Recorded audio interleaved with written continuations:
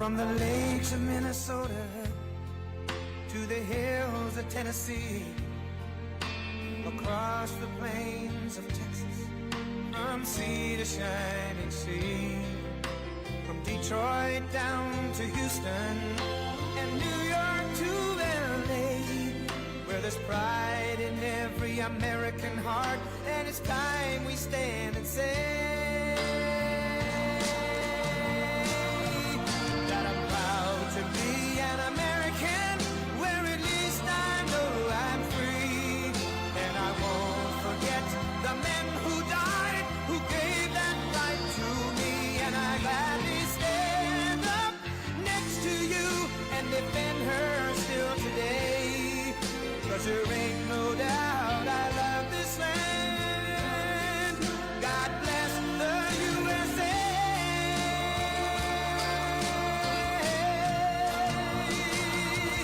And I'm proud to be an American, where at least I know I'm free, and I won't forget the men who died, who gave that right to me, and I gladly stand up next to you and defend her still today, 'cause there ain't no doubt I love this land. God bless the USA.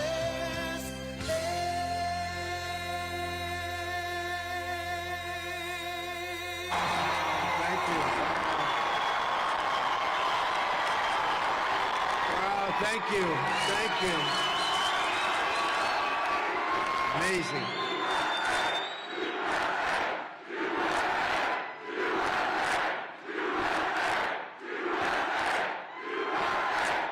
Thank you very much. And a very, very big hello to Wisconsin. It's great to be back. You know, before I start, they say that Wisconsin is probably the toughest of the swing states to win. I don't think so at all. I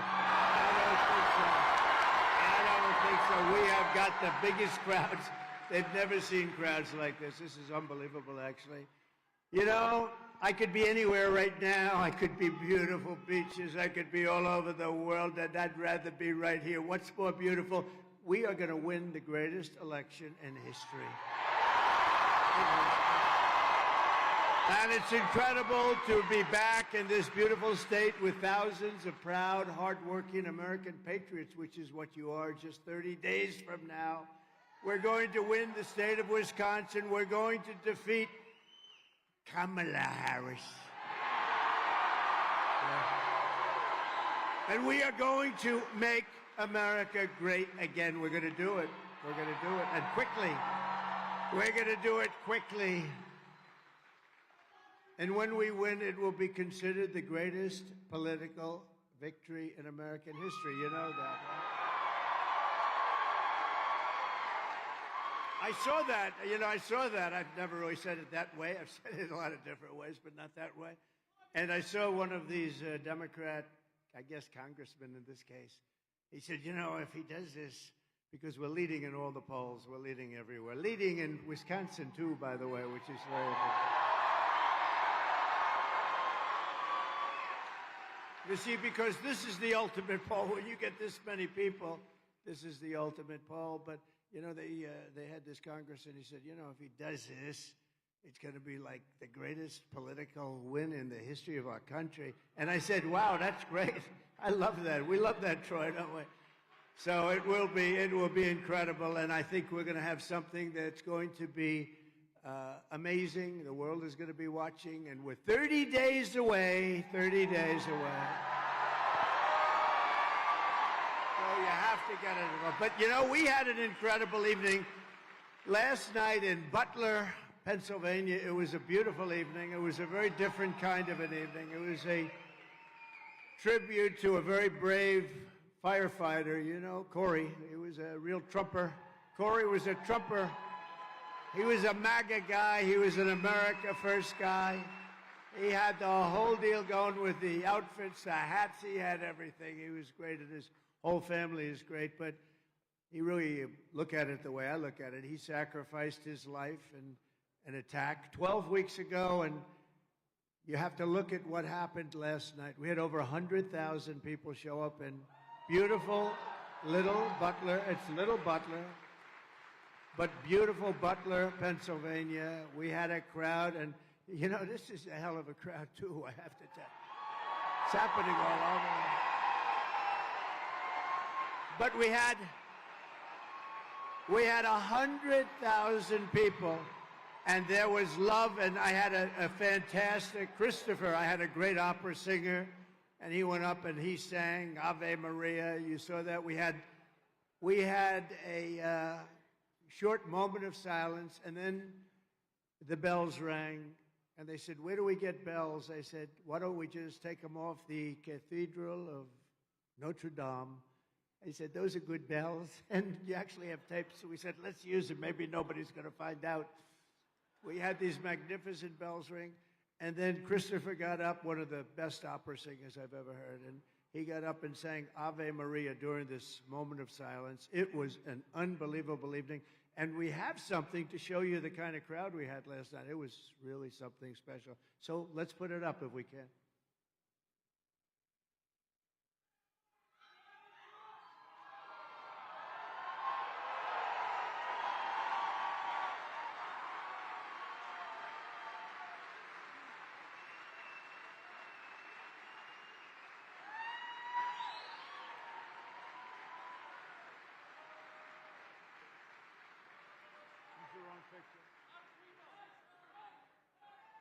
That was unbelievable. They used the wrong picture. It's the same picture, but they had the two side things. It's so stupid.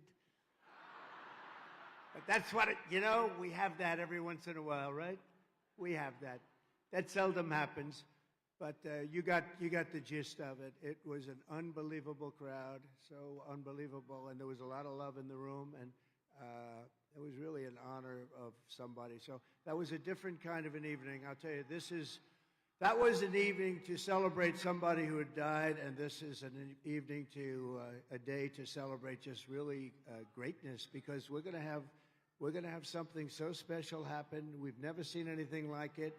You can go around any place in the country now, and you have signs all over the place, Trump and Trump. And by the way, how good did J.D. Vance do the other night? Right? That was a good pick. That was a good pick. That was a very good pick. But from the very beginning of this journey, I've been on a mission to rescue our nation from a failed and corrupt political establishment and corrupt people, frankly. They are the most corrupt people. That's the most corrupt group I've ever seen, ever. Nobody's ever seen a group like that.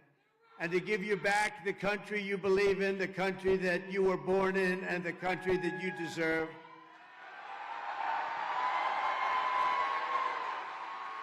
And in that mission, I will never quit, I will never bend, I will never break, and I will never yield. I'm like these guys over here from Texas.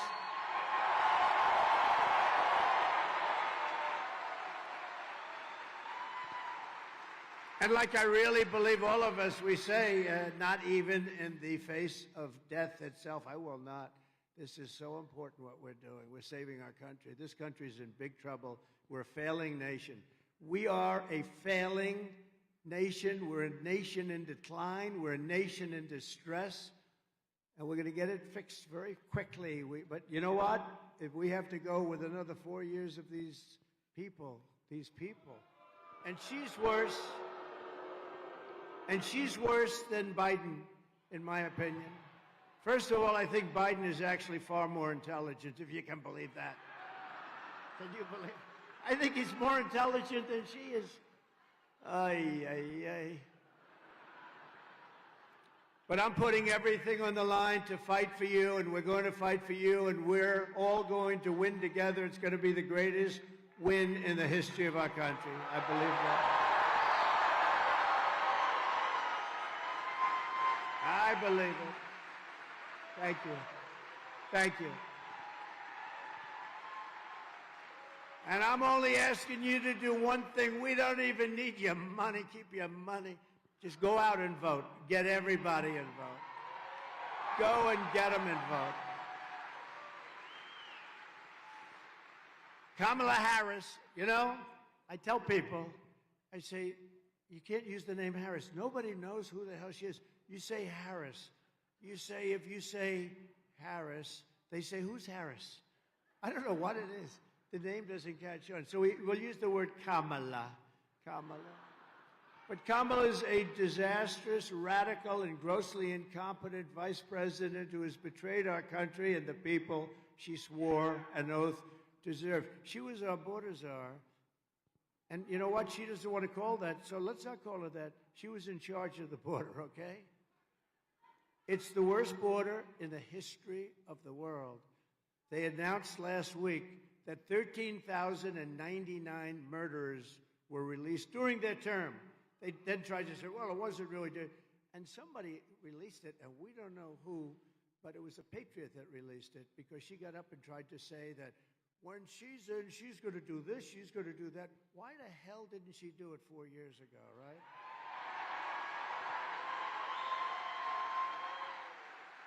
But she threw open our border, destroyed the middle class, and now as our citizens are suffering from catastrophic hurricane, I mean, this hurricane has been a bad one. Kamala Harris has left them stranded. This is the worst response to a storm or a catastrophe or a hurricane that we've ever seen, ever. Probably worse than Katrina, and that's hard to beat, right?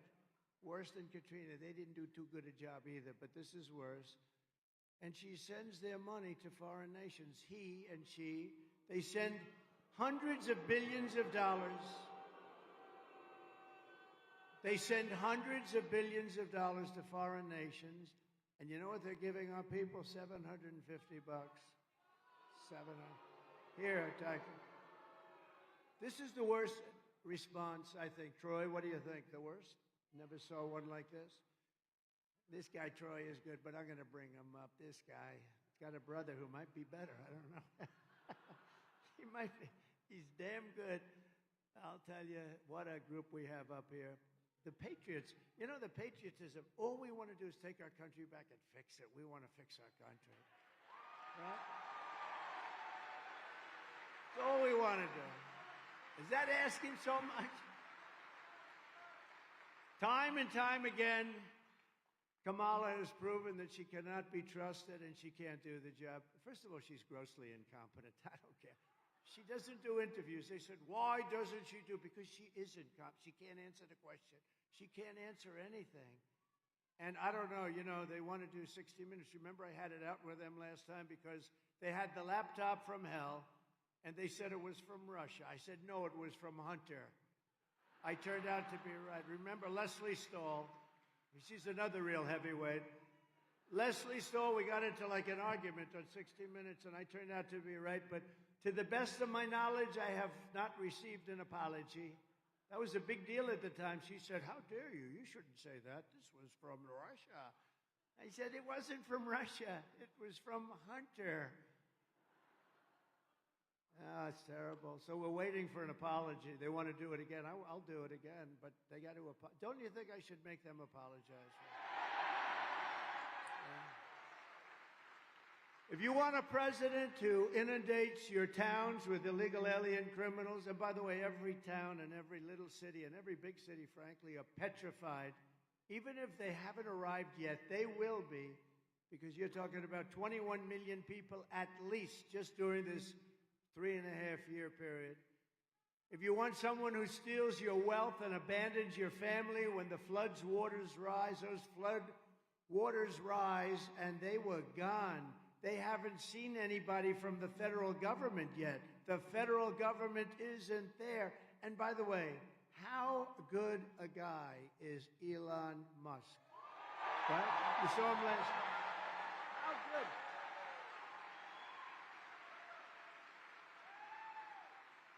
I mean, that guy, I didn't know anything about it. I get a call from a really good person in North Carolina. They said, the people, there's no communication. They said, do you know a man named Elon Musk? I said, yeah, I do, actually. He endorsed me very strongly, and we love him. He's a smart cook. He's a little different, too. He's a little different. But he is one smart cook. He sends the rocket ships up. First time I ever saw the engines coming down. I said, what was that? Well, we'd like to be able to save the engines. It makes a lot of sense, but I never saw anything like that.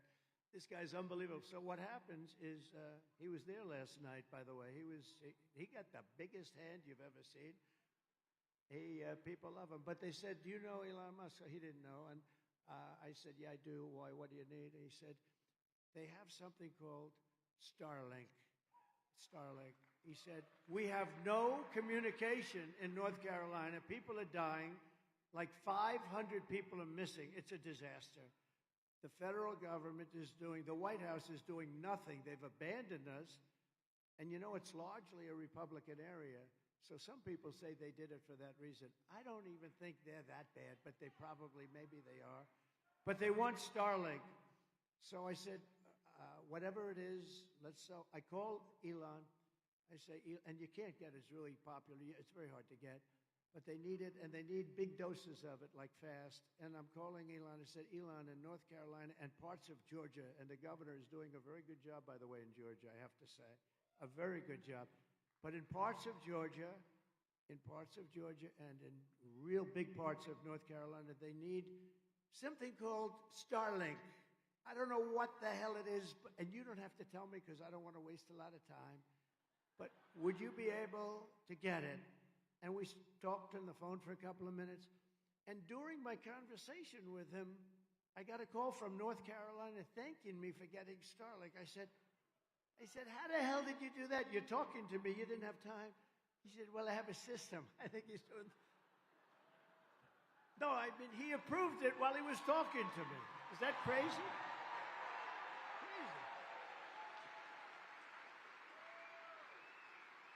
We have got to be with and we've got to protect our brilliant people because we don't have too many of them. We need our brilliant people protected. And Kamal is not one of them, I can tell.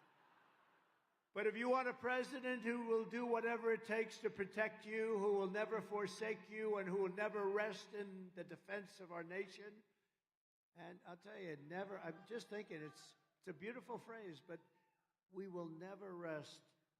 We're never going to do anything that will be other than protect the people of our country and our nation. Then you better vote for a gentleman named Donald J. Trump. Have you ever heard of him? Have you ever heard of him? Thank you.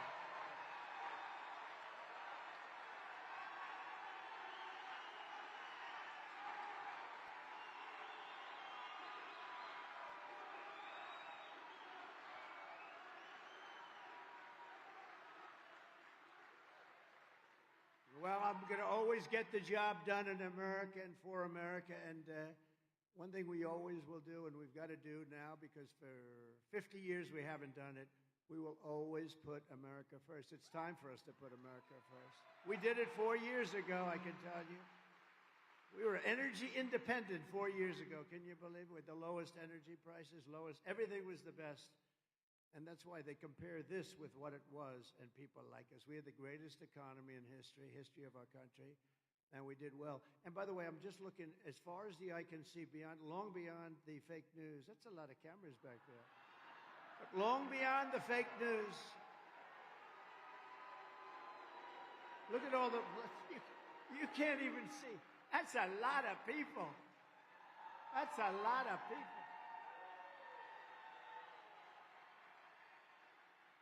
Unbelievable. Thank you. You know, I always like to move the fake news way back.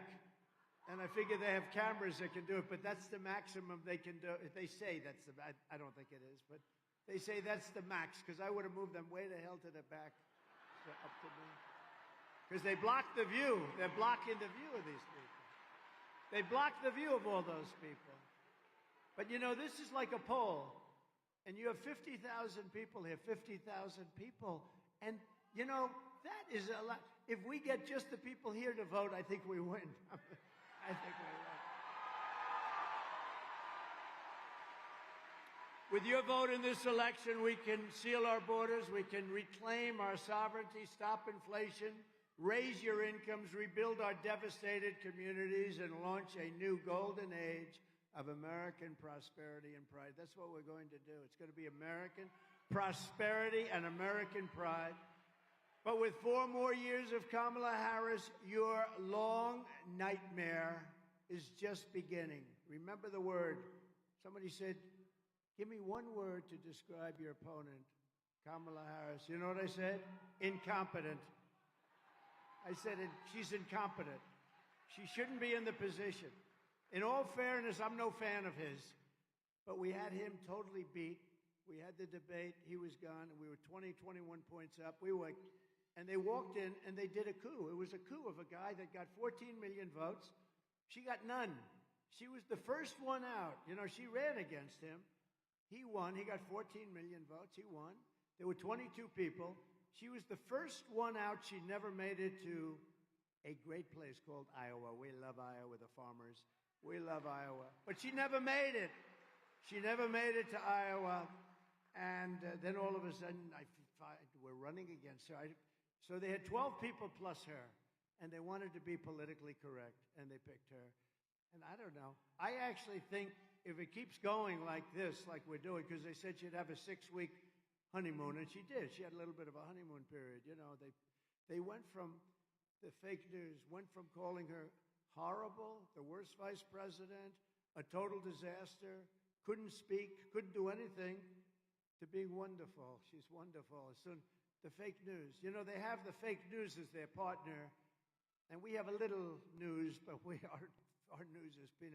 And I never understood why they'd want this, why the fake news would want it, other than they hate our country, because I can't understand. Why do they want open borders? Why do they want sex change operations for people that are too young to even think about it? Why do they want men playing in women's sports, you know? Because we actually are now the party of common sense. I think that's what I like calling us now, right? Party of common sense. But with her in office, inflation will soar. You see where she's working on inflation? Nowhere. Where she has no idea what she's talking about. She's working on, I will work on inflation. Why didn't you do it again 4 years ago? Why didn't you do it again? You know, my theme with her is, why didn't you do it again? But why didn't you do it then? Why didn't you do it 4 years ago? Why wouldn't you have done this stuff? You want to do this stuff. They want open borders. So now they gave it a little bit of a closure, so the numbers look a little bit better than they did. The damage is done. We got 21 million people in here. We have 647,000 criminals released from jails and insane asylums, released into our country. The damage is done. But you say, how could you be talking about the future? The damage is done. They've got to be talking about getting these criminals immediately out of our country. We have to talk about that, and we're going to do it, and we're going to do it rapidly. Why didn't she do it 4 years ago? The economy will crash, your borders will be permanently erased, your towns will be ravaged, and our country will never, ever be able to recover from this disaster. We're going to recover fast. But if you go 4 more years, you may never recover. In fact, I will say, some people say it, I think it's very severe, but I can understand it. Some people say you'll never have an election again. This would be your last election. And I can see it. Remember, I used to say we'll be Venezuela on steroids. And that's sort of what's happening. We're Venezuela on steroids. And we're buying a lot of Venezuela oil. How about this? We foreclosed on his old, broken little plane, the dictator, the head. We foreclosed on his plane, but we buy billions of dollars of oil. Can you imagine that? It should be the opposite way, really, shouldn't it? You know, we took his plane away, but we give him billions of dollars a month in oil. Can you believe it? We're buying oil from Venezuela, and we have more liquid gold under our feet than any other country in the world, and it's good. And they don't have oil, they have tar. They have tar. You have to melt it. And you know where it gets melted? In a refinery. You know where? In Houston, Texas. So if you're an environmentalist, all that stuff, I'm going to talk to you about this with Texas. All that stuff is going up into it. We do it. It's the only refinery in the world that can do it because basically they have a lot of tar and you have to melt it, and it's a dirty process. We have the sweetest, lightest, most beautiful stuff. It's not even believable. The only way to avoid this miserable fate for America is if Wisconsin and the entire Midwest turn, and I mean turn out in record numbers. We need,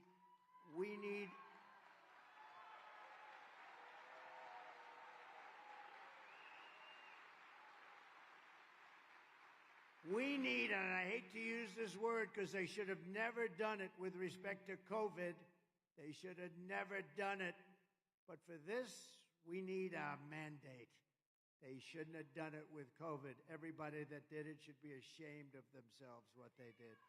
But we need a mandate in the vote, and we're going to get it. I actually think we're going to have numbers like has maybe never been seen before. You know, last time in 2020, we got more votes by far, by millions, than any sitting president in the history of the United States. Think of it. It's unbelievable. Think of the difference. We wouldn't have had Russia going into Ukraine and killing millions of people. Millions of people have died in that war, much worse than you even hear. But that wouldn't have happened, would have never happened. I talked to Putin about it a lot. It was the apple of his eye. He would have never, ever done it, wouldn't have done it. On top of that, the oil prices went up so high that he was making a lot of money doing it. It would have never happened. You wouldn't have had October 7th with Israel, the attack on Israel.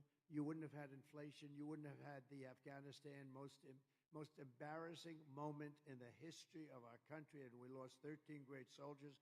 Nobody ever talks about the 40 soldiers that were decimated, so badly hurt. And we gave them $85 billion worth of the best equipment anywhere in the world. How stupid. And they moved out the military first. You're supposed to move out the military last, not first. And for 18 months, I spoke to Abdul. He's still the leader of the Taliban. I spoke to him. I said, Abdul, don't do it. But we didn't have one soldier killed in 18 months in Afghanistan. They were killing them like crazy under a man named Barack Hussein Obama. Remember Rush Limbaugh? Remember Rush Limbaugh? Rush Limbaugh would go, Barack Hussein Obama.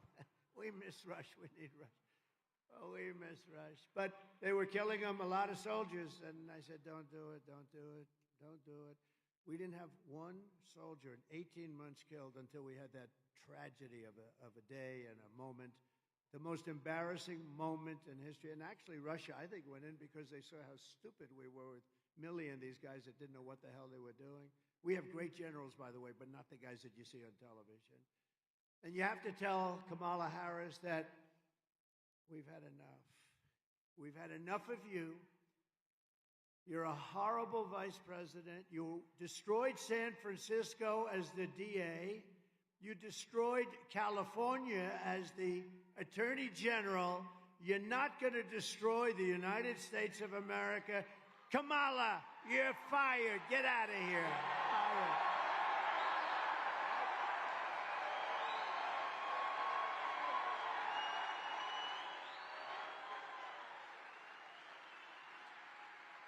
We're not going to let him do it, Troy. We're not going to let her destroy our country. That dummy. Did you see where the teleprompter went off yesterday? She didn't know what the hell. My teleprompter, I don't even use it. That's why I don't actually use it too much. But, you know, when you do this stuff a lot, teleprompters break. She had a bad moment yesterday. It broke, right? And she kept saying the same number over and over. I said, what's wrong with her? And maybe it didn't break. I don't know. She said it, bro. But when you do this stuff, as we say professionally, you better, because I've lost it many times. I had one in Ohio for Bernie Moreno, who's doing pretty good up there. He's running for the Senate, just like Eric is doing great here. He's running for the Senate.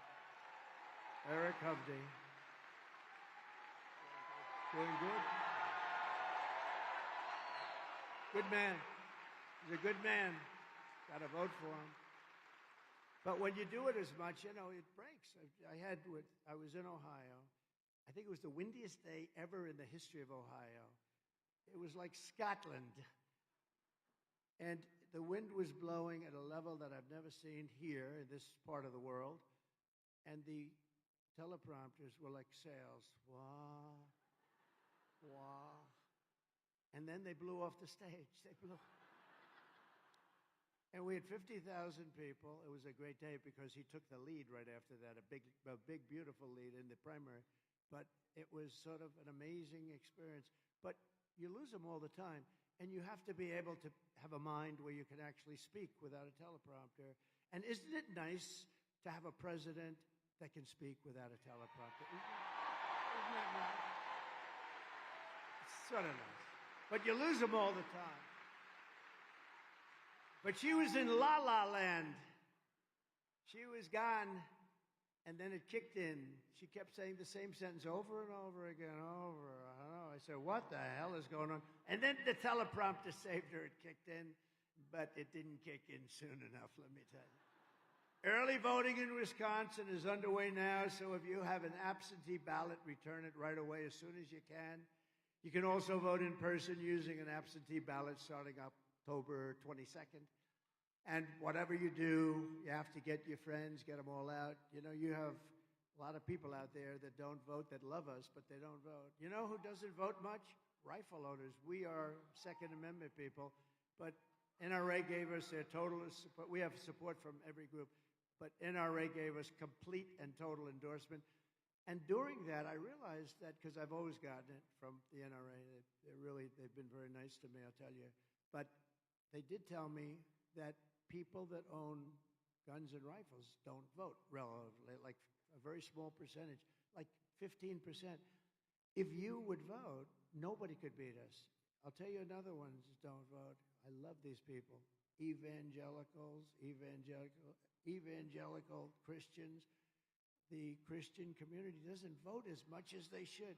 They go to church.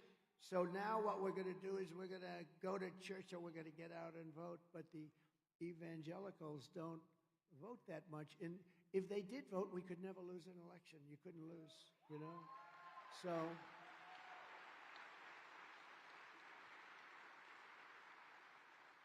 So I have to be careful with this.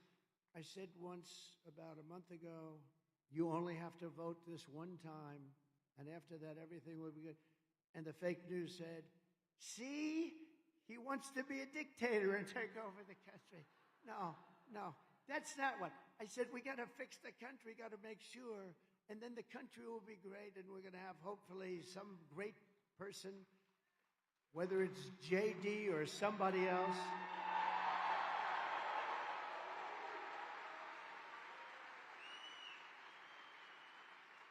And when the great Sean Hannity asked me a question, and I jokingly said, he said, okay, let's get this on. You don't want to be a dictator, do you?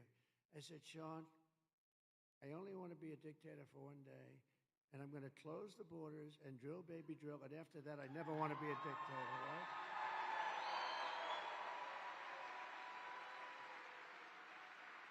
So the fake news took that answer, and they said, Sean, I want to be a dictator.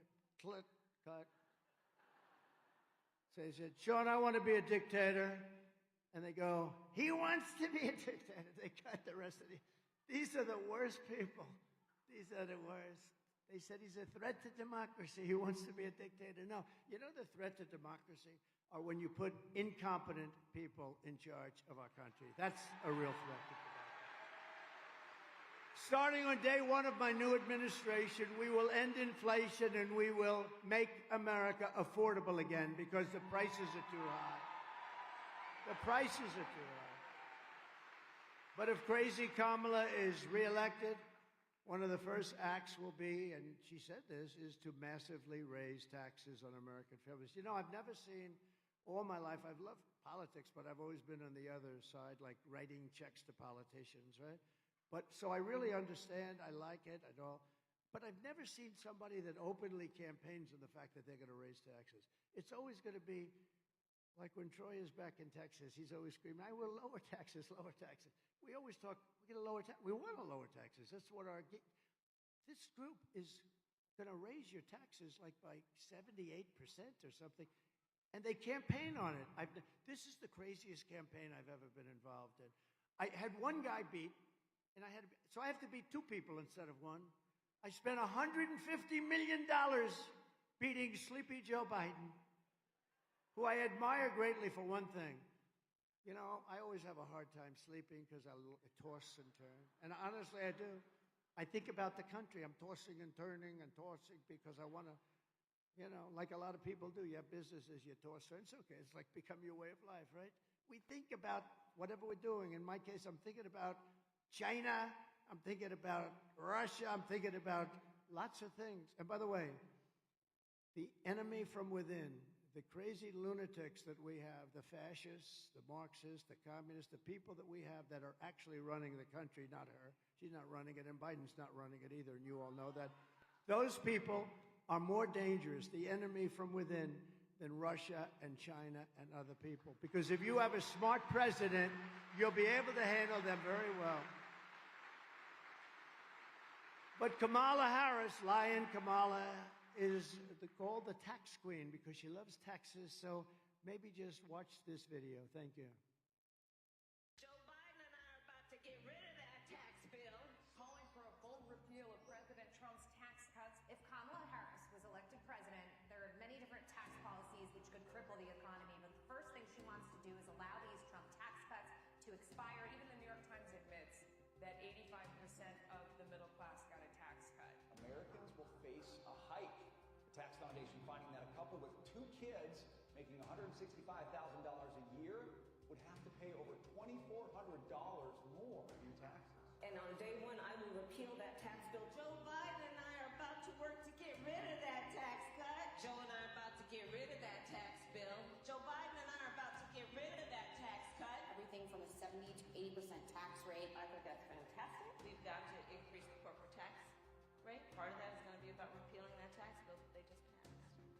And also looking at estate taxes are going to have to go up. We will tax capital gains. But we're going to have to raise corporate taxes. Taxing unrealized gains just doesn't seem fair in any sense of the word. When the value of your home goes up, you pay higher taxes even if you don't sell your home. Your value of your home never moves the way the stock moves to say, we're going to tax what you don't have. That's a sore point, and it's a big deal. Is that something you think she firmly believes in? I think it's part of the proposals of the campaign. Under my plan, there will also be a carbon fee. There has to be some connection between the fee and bad behaviors, and there has to be, and that we have to monitor whether it's going to be passed on to consumers. But I'm going to tell you that should never be the reason not to actually put a fee, and in particular, a carbon fee.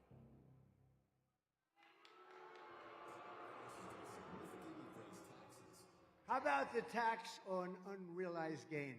That one hasn't even been tried. That's a communist tax that hasn't been very successful, I tell you. It's, think of it, they want to have a capital gain on unrealized gains. Think of what they're saying. You're going to pay a tax on something you haven't made. No, these are stupid people, would be driven into a depression like 1929-style depression. For years, Americans have watched as our country has been stripped of our jobs, stripped of our wealth, and seen our companies being sold off to foreign countries. And by the way, I would not approve the U.S. steel deal to Japan. I wouldn't do it. I wouldn't do it. One of the greatest companies in the world, 60 years ago, was one of the greatest countries in the world, and we have to help it. We have to make it better. We have to be able to make steel. It could happen. You have a war. And when you have a war, you need things like army tanks and ships and lots of things that are made of steel. We don't want to get our steel from China. We don't want to get our steel. You know, I put a tremendous tariff because China was dumping a lot of bad steel here. Bad steel, dirty. I call it dirty steel, not good steel. But I put a big tax. You know, I took in hundreds of billions of dollars from China. No other president took in 10 cents, and I saved our steel industry by doing it. So I'm very proud of that.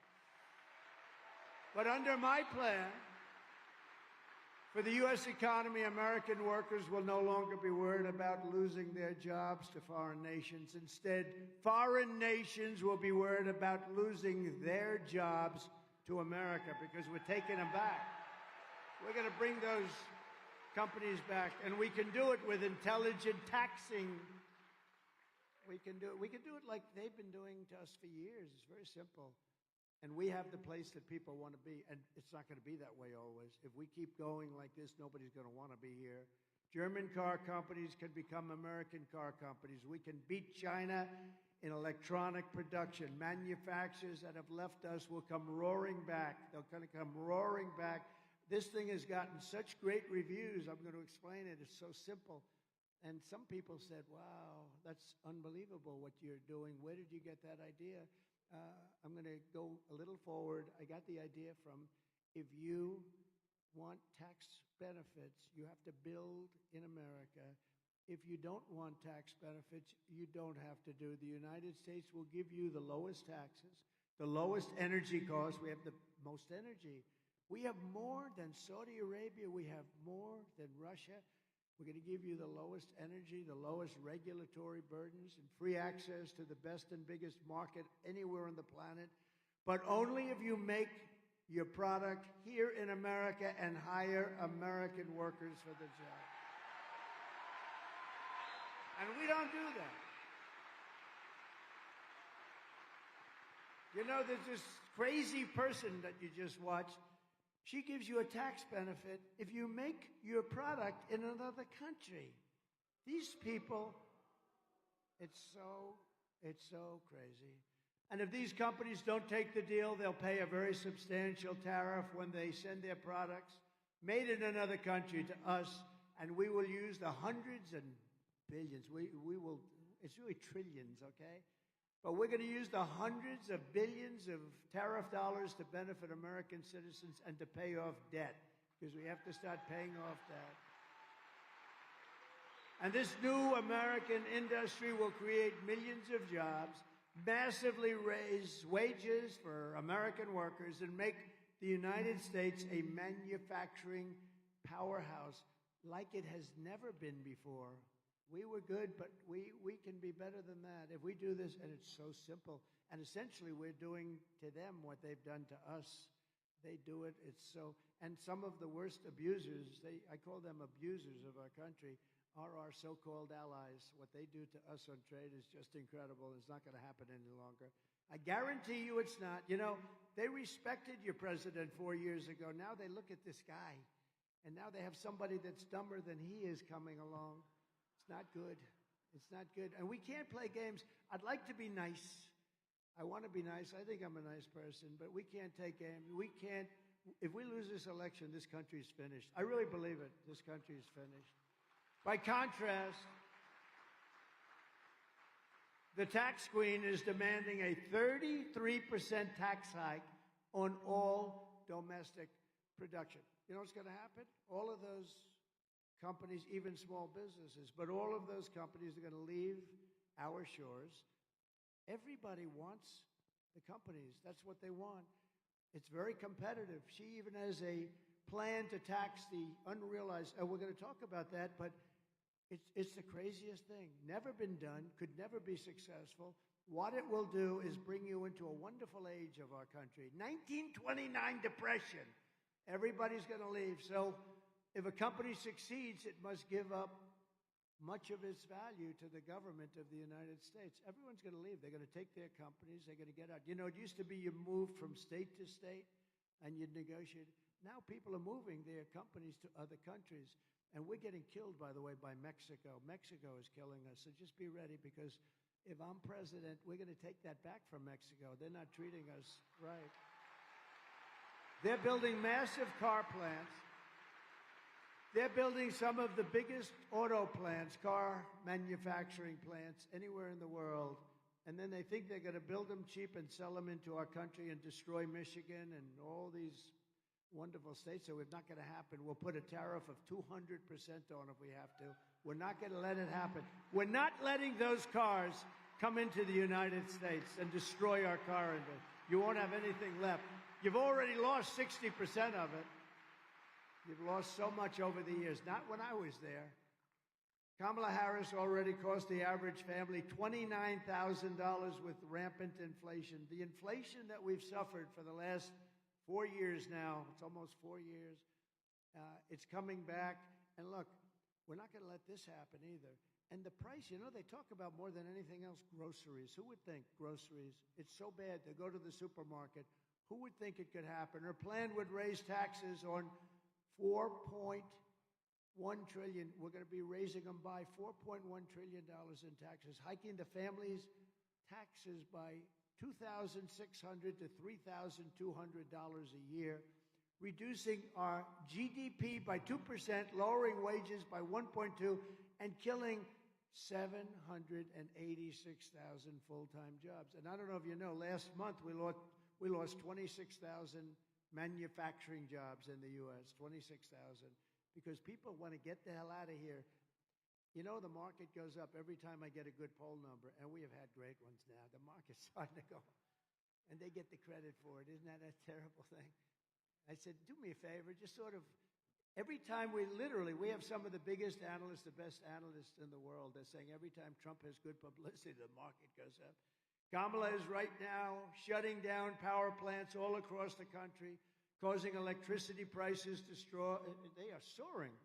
You see what's going on with electricity? By more than 100% soaring, and driving us into third world status by attacking the entire fossil fuel industry.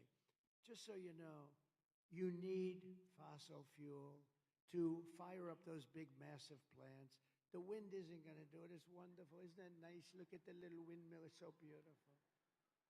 We need fossil fuel. You know, they tried it in Germany. Angela was thrown out after about a year, and now they're building a coal plant a week. I don't like flies. Get out of here, fly. Never been a big fan of flies. You don't mind my bringing that up, do you? Anyway, this is a very aggressive sucker, that is. This one. This one in particular is very aggressive. Like, I'm going to be aggressive for our country. You can probably say that. If this continues, Wisconsin manufacturing will be dead. You'll be absolutely dead. And, you know, I got you the biggest shipbuilding contract in the country in my last year, right? He's nodding yes, right? The biggest, and they've done a great job, but the biggest, I took a lot of heat. A lot of people are not in love with me for doing it, but I got it for Wisconsin, and you know that. Actually, you know it from Texas because they wanted it too. I won't say that too loud. But everybody wanted it, and I got it for Wisconsin, and they're doing a great job. They're doing a great job.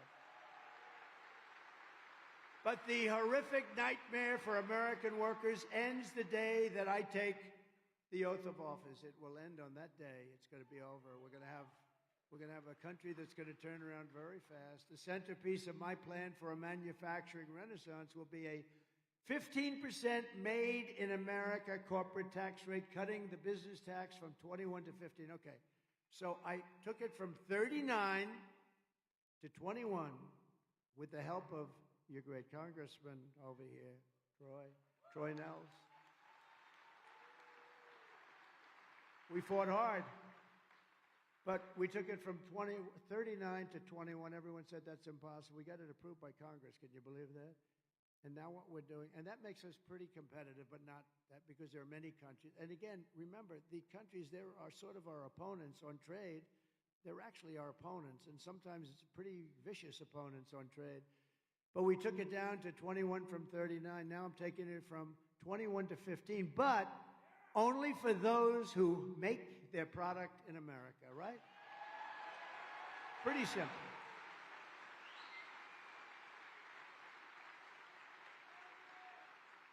And, you know, I got a call from some of the smartest geniuses on Wall Street. They said, where did you ever think of that idea? It sounds simple, right? It's like the paper clip. They make the paper clip, and everyone's saying, why did I think of that?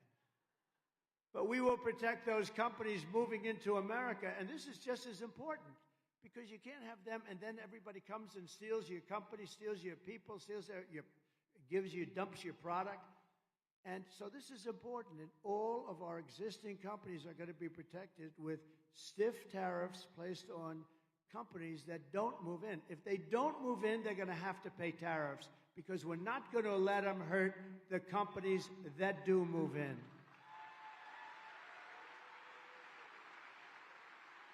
And the only way they can get out of paying those tariffs is to build their plants and factories here in the USA, anywhere in the USA, and Wisconsin would be nice, but anywhere in the USA, We will also cut energy and electricity prices in half, 50% within 12 months, including for all people and families, not just companies. So ready?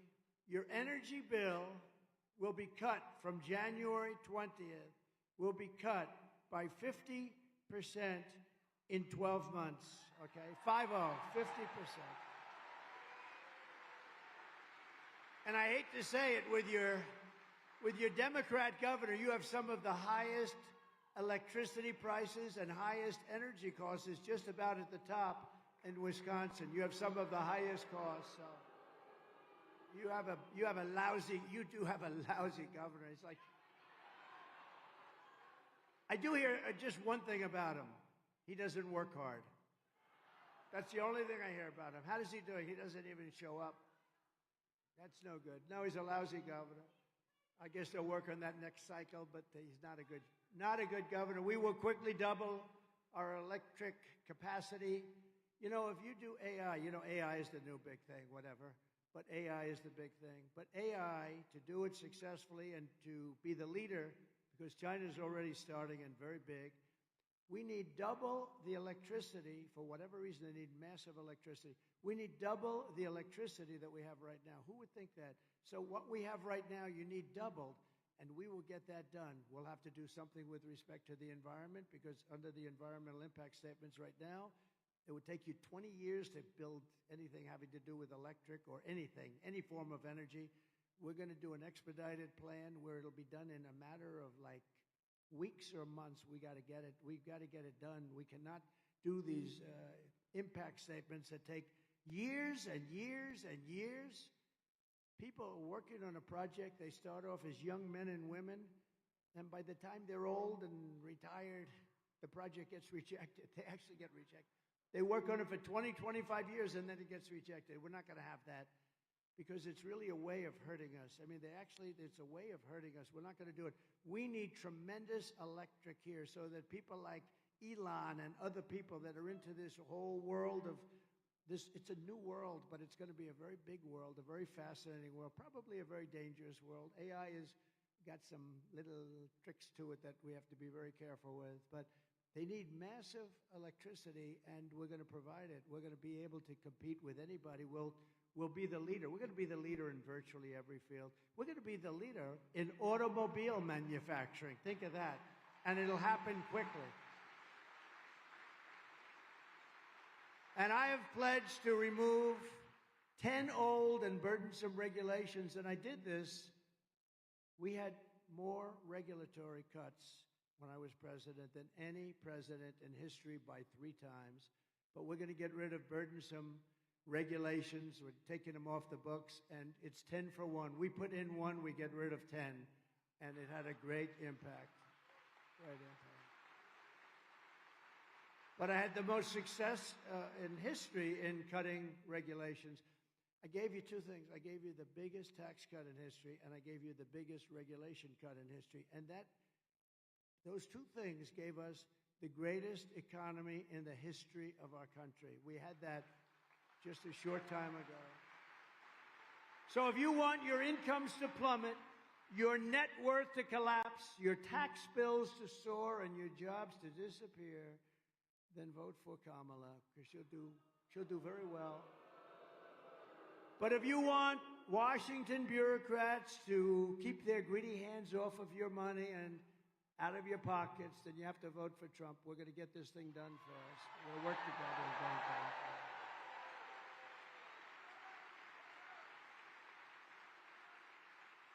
So the other thing we're going to do is we're going to terminate Kamala's insane electric vehicle mandate, where every car has to be in a very short number of years all electric. They don't go far. And by the way, I love electric cars. I think they're great, but they're for a certain market. And we want also gasoline-powered cars, and we want hybrids. And the new thing is hydrogen cars. You heard me talking about it. Hydrogen cars is the new thing. It's got one problem. It's very violent.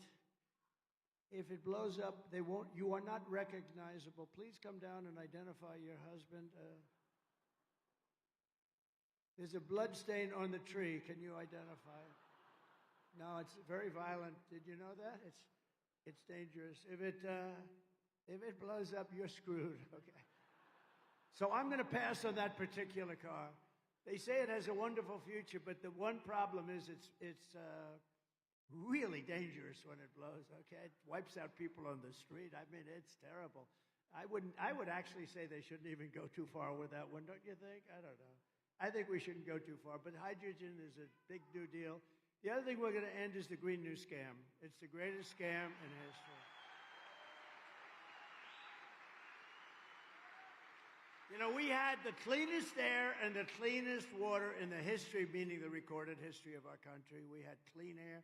That's what I want. I want clean, beautiful water, and I want clean air, and after that, I want jobs, and I want success for our country, right? My pro-worker policies are one of the major reasons why I've been endorsed by the rank-and-file membership of the Teamsters. Can you believe that? We got 60% of the Teamster members in Wisconsin. Any Teamsters here? Thank you. Any Teamsters? Yes. Thank you very much. That's very nice, because typically Democrats get, and we won nationwide. We won 60% of the Teamsters vote, and we also won 100% of the Fraternal Order of Police, the largest, 400,000. And I do believe that from sheriffs and from law enforcement and from Border Patrol and from ICE, from anything having to do with law and order, I think we're at 100%. We've got like everybody, which tells you something, you know, which tells you they don't like people that were in charge of defund the police. She was in charge of defund the police. Anybody, she's a radical left. She's further left than crazy Bernie Sanders, okay? That's pretty fun. No, she's considered worse than Pocahontas, she's worse than Pocahontas, she's worse than Bernie Sanders. How the hell do you people, is there anybody here that's going to vote for Lion Kamala? Please raise your hand. Please raise your hand. Actually, I should say don't raise your hand. It would be very dangerous. We don't want to see anybody get hurt. Please don't raise your hand. As we bring back our jobs, we will also restore America's borders with 4 more years of Kamala. Every Wisconsin small town and the Midwestern cities are just devastated by this. We'll be flooded with illegal migrants from the most dangerous places on earth, and Wisconsin will not be Wisconsin any longer. No state will be. The country won't be the U.S. any longer. It's very simple. Your state will be a dumping ground for people that have committed murder, violent crimes, drugs, jail. They're in jails. And that's what's happening. We have 21 million people, as borders are. They came in from prisons and jails and mental institutions and insane asylums. And a level of terrorism and a level of terrorists that we've never seen. You know, I never talked about it when I was president. We didn't have one terror attack in 4 years. Think of it. Not one. Think of it. Not one.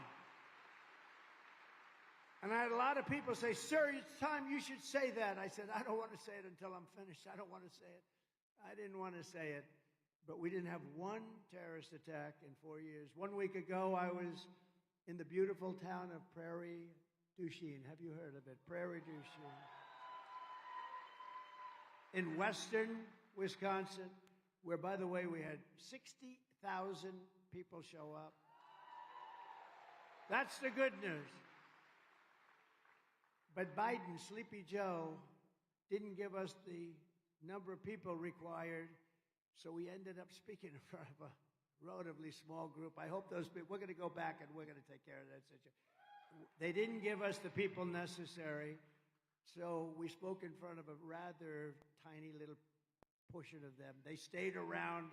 They were great. But we had 60,000 people there, and I think you're getting close to that right here, too. It's pretty amazing. But Prairie du Chien, and last month, police arrested an illegal alien member of a savage Venezuelan prison gang. Not a nice person. This vile monster who had prior charges for strangulation, was arrested. He liked strangling people. Other than that, he was quite a nice person. No, his thing was he liked strangling people. Was arrested for holding a mother and daughter captive against their will and sexually assaulting them again and again and again. This animal crossed Kamala's wide open border, just walked in. Nobody asked anything about him. They knew nothing about him. He was arrested and released in the sanctuary city of Minneapolis, where you have one of the worst vice presidents. Can you imagine that clown? What JD did to him? How about that guy?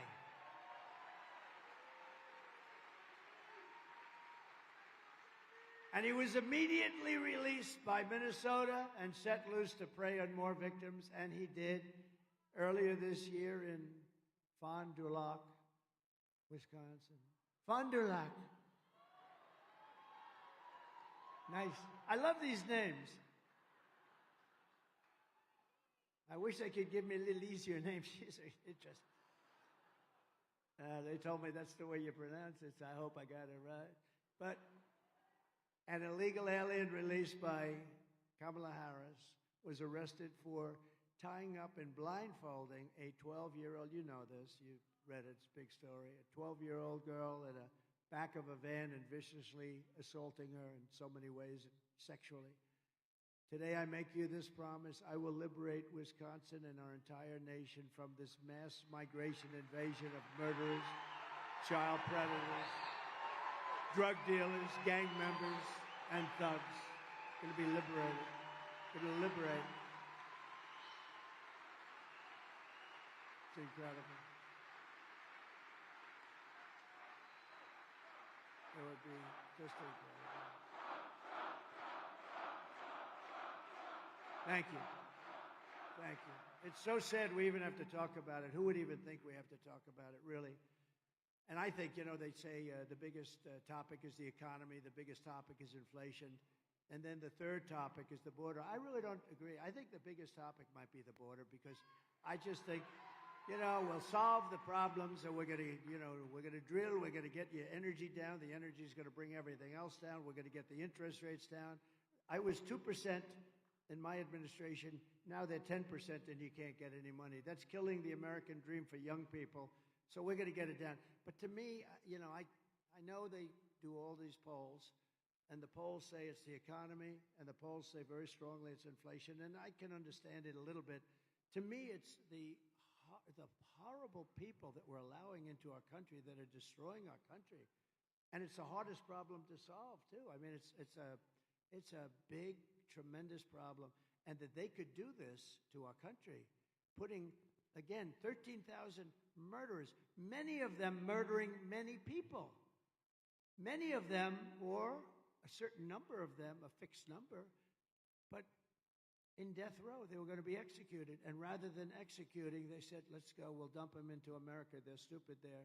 They'll accept them. 13,099 people. Drug dealers at a level that nobody's ever seen. Terrorists from different countries all over the world. You know, this is no longer South America. This is all over the world. And they come from the Congo. The Congo in Africa, I don't know what it is, but large numbers of people are coming in from the Congo. And you know where they're coming from? The jails of the Congo. What's happening is these dictators are taking their jails and they're emptying their jails into the United States. And crime in Venezuela is down 72%. Crime all over the world is down now because they're putting their criminals, they're putting their jail people, they're putting their drug dealers, they're bringing them into the United States of America, and they're dumping them, and they say, don't come back, and if you do come back, we're going to kill you. And we're stuck with them. We're not going to be stuck with them. We're going to be bringing them back, and we're going to shove them right down their throat. They should have never been allowed to be here.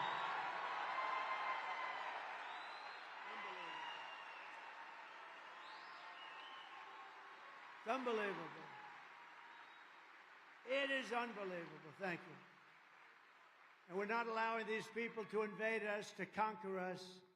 I mean, did you see what they're doing in Colorado, where you have a very weak governor? He's very weak. He's a liberal guy and very weak. And they've attacked Aurora, Venezuela gangs, young guys, they have weapons like our military has, the equivalent of our military. And they've taken over buildings in Aurora, Colorado. And the governor, he doesn't know what to do because he wants to be nice because he's stupid.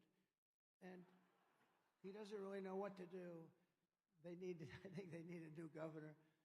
On day one of my new administration, the invasion of savage criminals ends.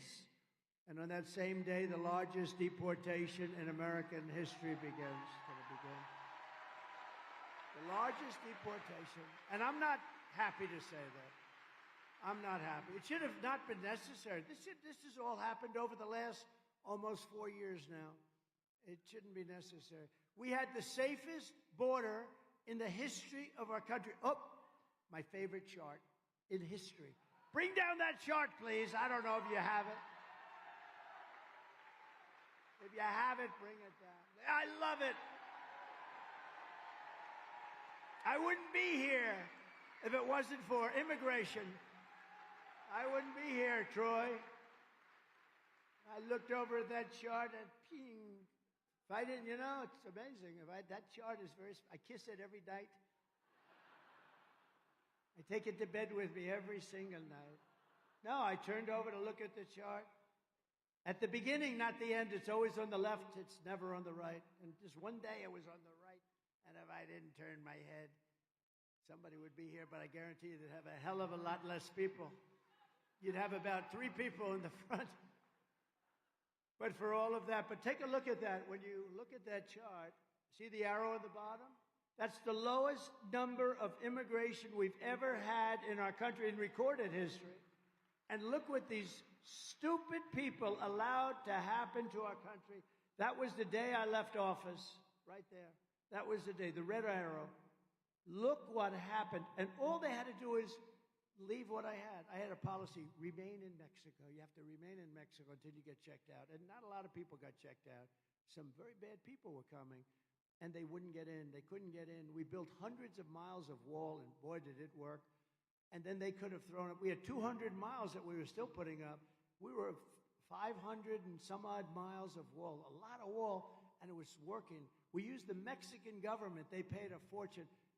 The Mexican government gave us 28,000 soldiers to protect our border because I said, they're coming through your country. You're going to do it. They said, no, I'm not.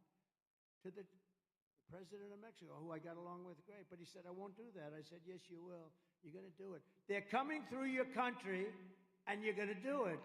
They said, no, we won't do that, President. We won't do it. I said, yes, you will. And I said, I guarantee you will. And they started saying, what the hell does this guy have in mind? And I said, if you don't do it, I'm going to put 100% tariffs on your cars and all other things you send into the United States, and we'll make so much money, we'll be able to hire all the security we want. And they said, Mr. President, we've decided that we would love to do it. We would love to do it. They paid a big price.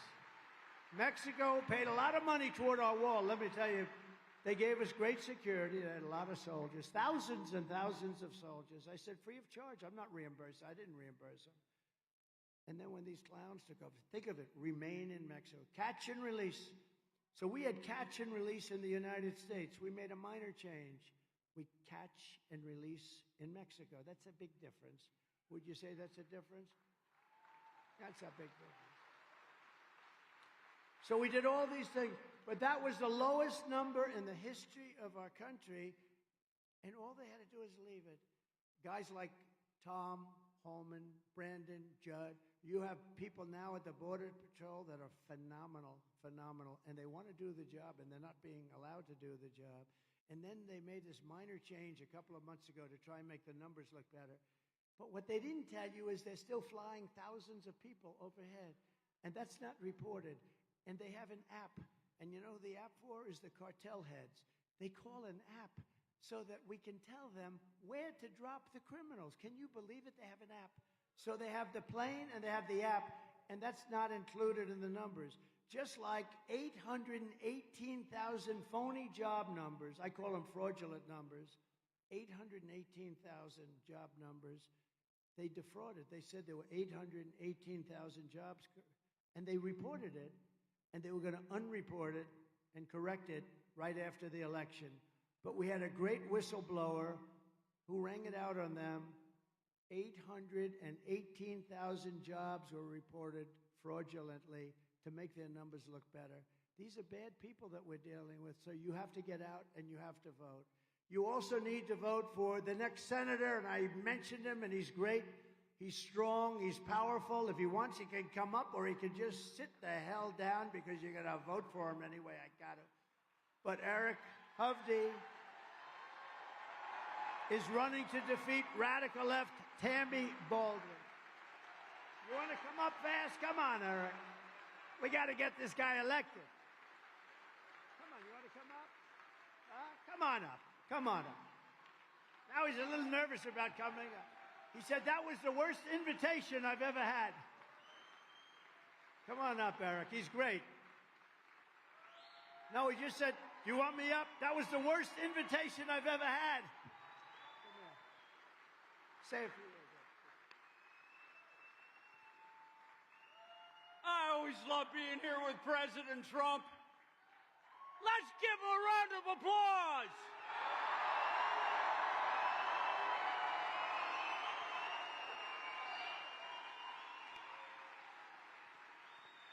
President Trump, I was talking to the folks beforehand.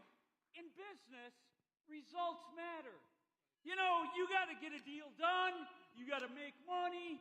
You've built one of the most successful careers, biggest developer. I've spent my life in the private sector building businesses. We're going to get this country moving.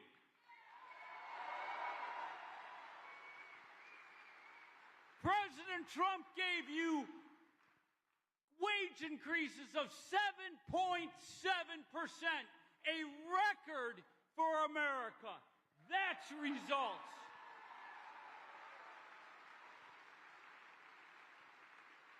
The world had no wars. That's results.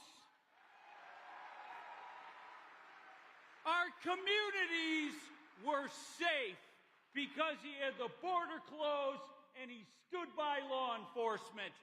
That is results.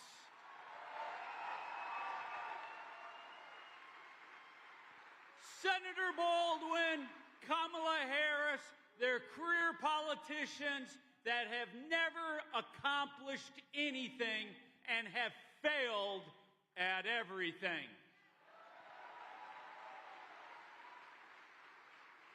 So all of you, go work hard, go grab every friend, colleague, neighbor, and let's restore this great country and get President Trump and me to Washington.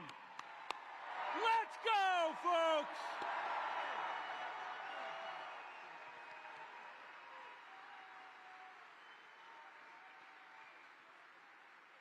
Thank you very much, Eric. He's a great guy. He's a very, very successful guy. He's strong. It's what you need. Tammy Baldwin does nothing. She does nothing for you. Nothing. And we're also delighted to be joined by a friend of mine.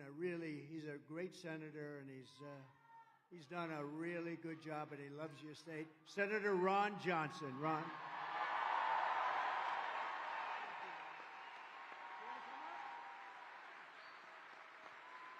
We have plenty of time. It's a Sunday, right?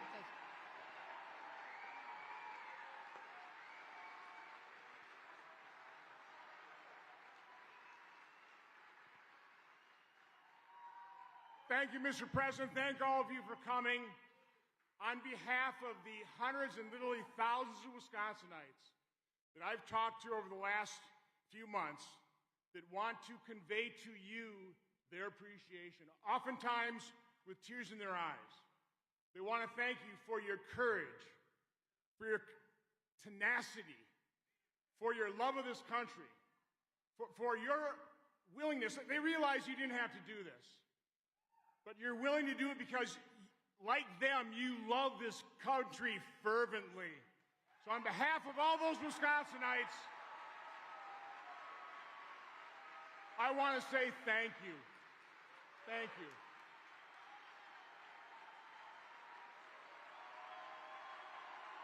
Thank you.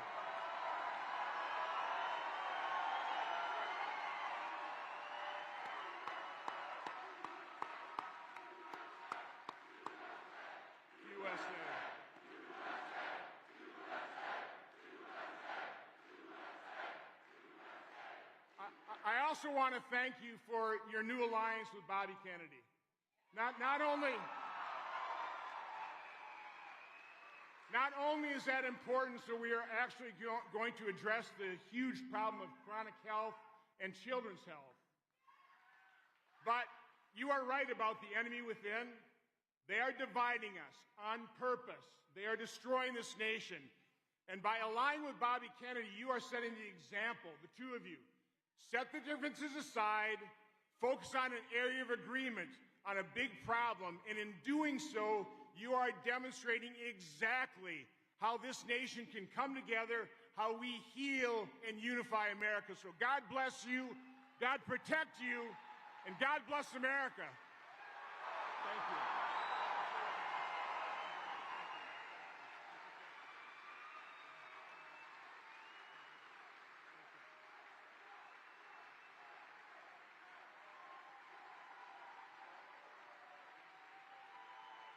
Thank you very much. Thank you very much. Great, Ron. Thank you.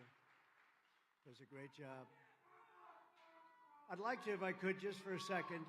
So you have a young, brilliant congressman, and he's on a committee, and it's a very important committee, and he's studying fraud and the fraud within the Democrat Party and what they're doing in terms of campaign contributions, and it's a tremendous scandal, and I'm afraid the fake news, they'll probably all turn off the cameras now, but I say, could you just give just a little prelude, because I think it's going to be one of the biggest stories in a long time. Even if they don't want to cover it, they'll be forced to cover it. So I'd like to ask Congressman Brian Stile to come up, please.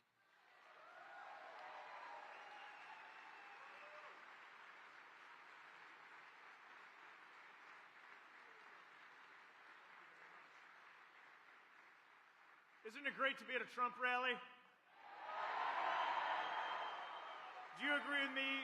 President Trump is going to win Wisconsin in 30 days?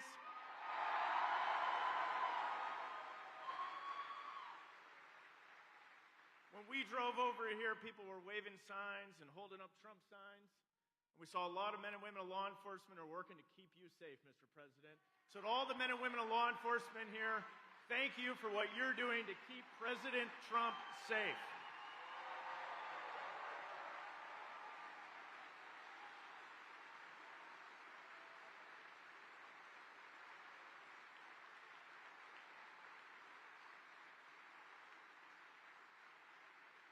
Law enforcement's a lot about keeping us safe and enforcing the laws. And in this election, we want to make sure that people are following the laws. Things like photo ID and U.S. citizens are the only one who should be able to vote in U.S. elections, don't you agree? As chairman of the Committee on House Administration, we began trying to figure out how all these things are operating. And in particular, where's all the funds coming into the liberal campaigns across the state of Wisconsin running TV ads against President Trump?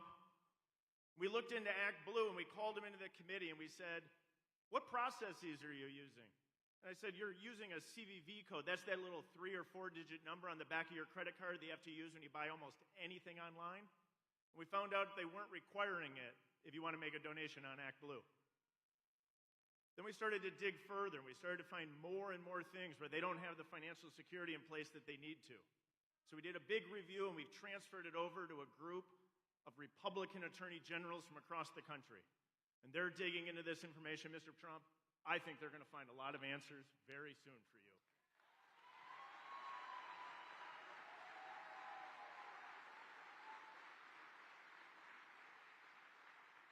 So President Trump, thanks for what you're doing for this country. I think you're going to win not only Wisconsin, but the presidency in 30 days. And you see this crowd and everyone here. Thanks for all you're doing. God bless you. God bless you, President Trump.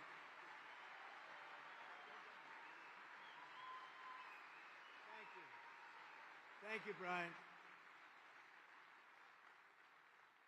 Also with us are members of Congress, great ones.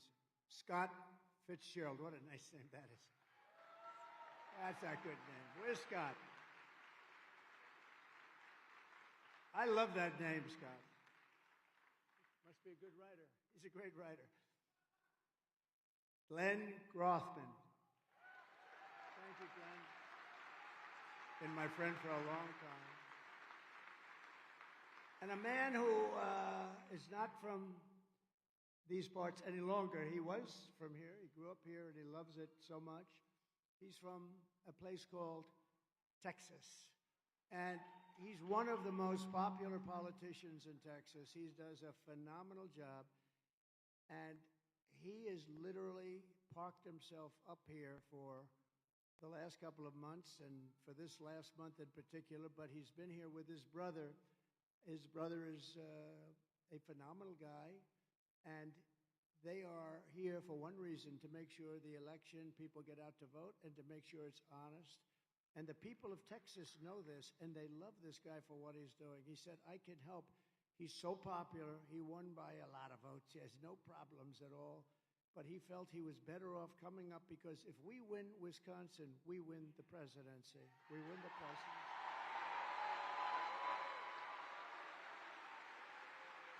We win the presidency. So I'd like to ask, and he's just a special guy. I mean, he loves his country so much, and you know, I can tell some guys come up, no, I love the country. Other guys come up, I love that country, you have to. And he's one of the latter. He's one of the guys that just loves it, and they love him. They love him so much in Texas. They love him here. But what he wanted to do, because he knows it so well, he's a part of Wisconsin, he wanted to be here to make sure that we win and to make sure that it's as honest as we can get it, because they're going to cheat. They cheat. That's all they want to do is cheat. And when you see this, it's the only way they're going to win. And we can't let that happen, and we can't let it happen again. We're going to have no country. So I'd like to ask a very special man and a friend of mine, Troy Nels, to come up with his brothers, Trevor, Tim, and Todd. Please come up.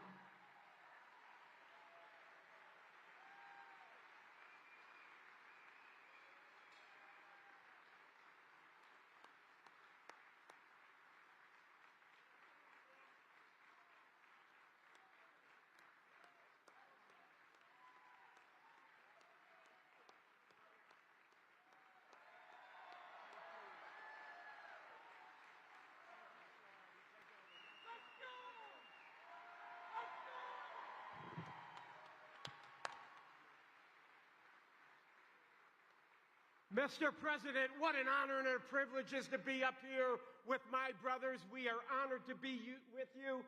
Look at the thousands of people out here that love you. They're here. This is America.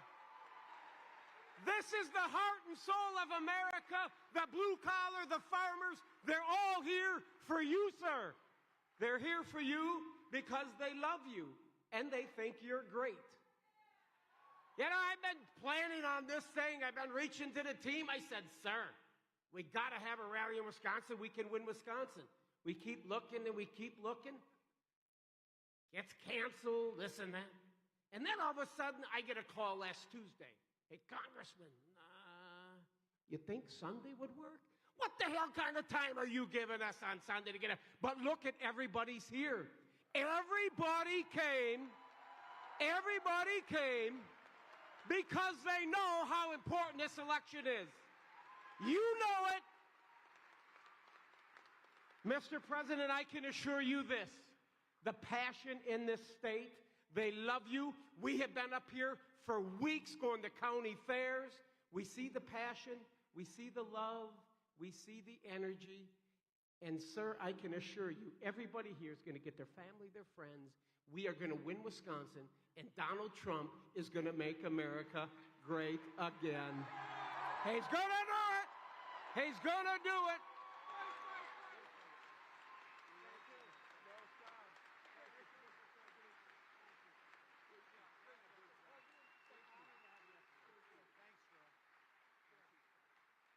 Wow. I've never seen it before, and his district is so happy he's doing it. He explained it to them. What do you want to do? They love that he's doing it, and we really appreciate it. And we're leading Texas by a lot. We're leading Texas. So he said, I want to come up here because this is a big deal. Wisconsin's a big deal. Thank you. And he knows it so well. They grew up here. Thanks. Former U.S. Senator Bob Caston. Bob, thank you very much. Bob. Nice to see you, Bob. Look good. And Dodge County Sheriff Dale Schmidt, who, by the way, is here. with a group of Wisconsin sheriffs announcing that they are endorsing Trump. We love him. Come on up here, Sheriff.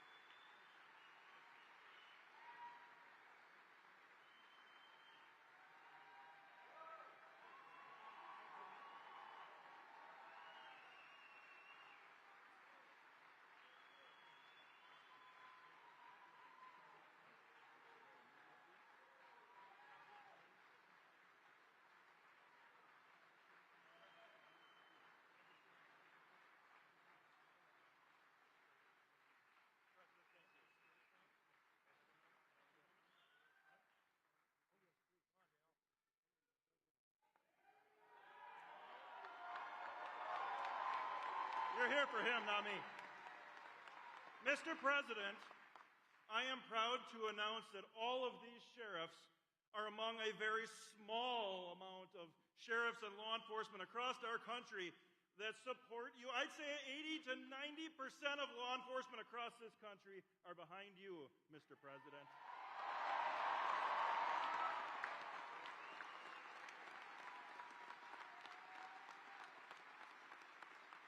I have something very important I think you're going to want to hear. In Dodge County, in this 2024 election, there are 0 drop boxes for the election.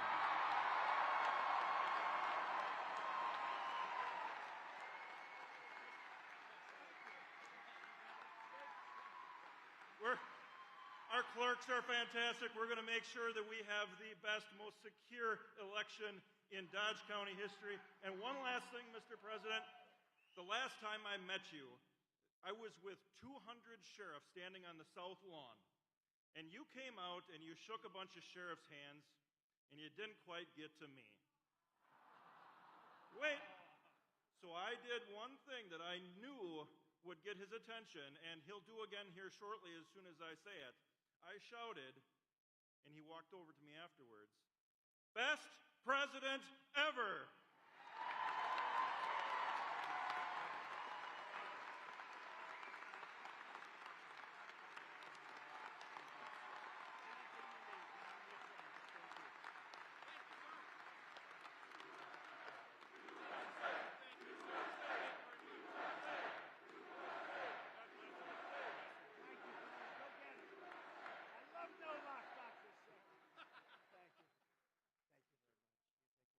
This is a great honor. These are great, great men, and there's nobody that respects them more than this group. They do such a job, and generally law enforcement in our country, and and woman. Come here. She's the best one up here, I think, right, Sheriff? Thank you. That's good. Thank you very much. But I appreciate it so much, and the endorsement means a lot to me, and anything you need, I'm here. Thank you very much. Thank you, Sheriff.